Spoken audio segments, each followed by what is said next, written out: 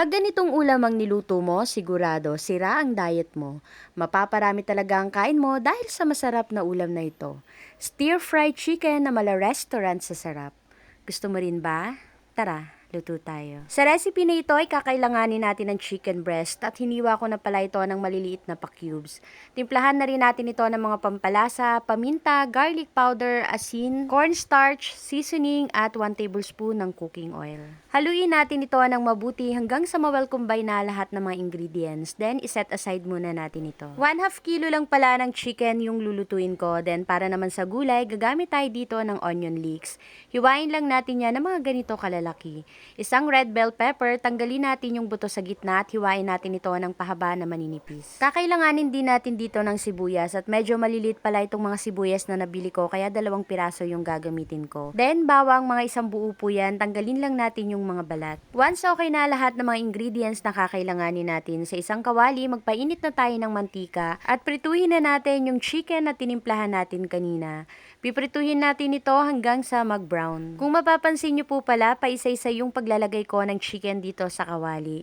Yun po ay para hindi magdikit-dikit ito once na maluto na. Same pan, nagdagdag lang pala ako dito ng konting mantika at igisa na natin dito yung bawang at sibuyas. At once na nag-aroma na, ilagay na rin natin dito yung mga gulay.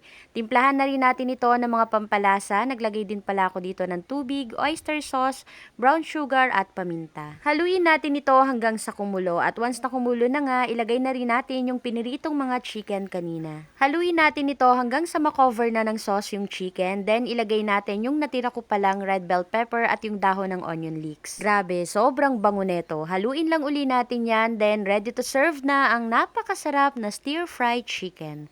Gusto mo rin ba? Tara, kain tayo. Isang napakasarap na ulam naman ang ating niluto ngayon, ang stir-fried chicken. At alam nyo ba na napakamura lang ng nagastos ko dito? Siguro mga nasa 170 pesos. At ito ay good for 4 persons.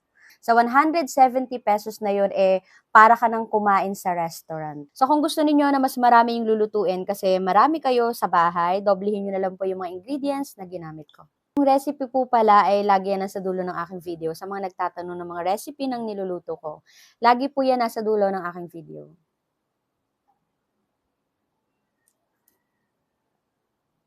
Sarap. Ang lambot din ng chicken. Ang sarap.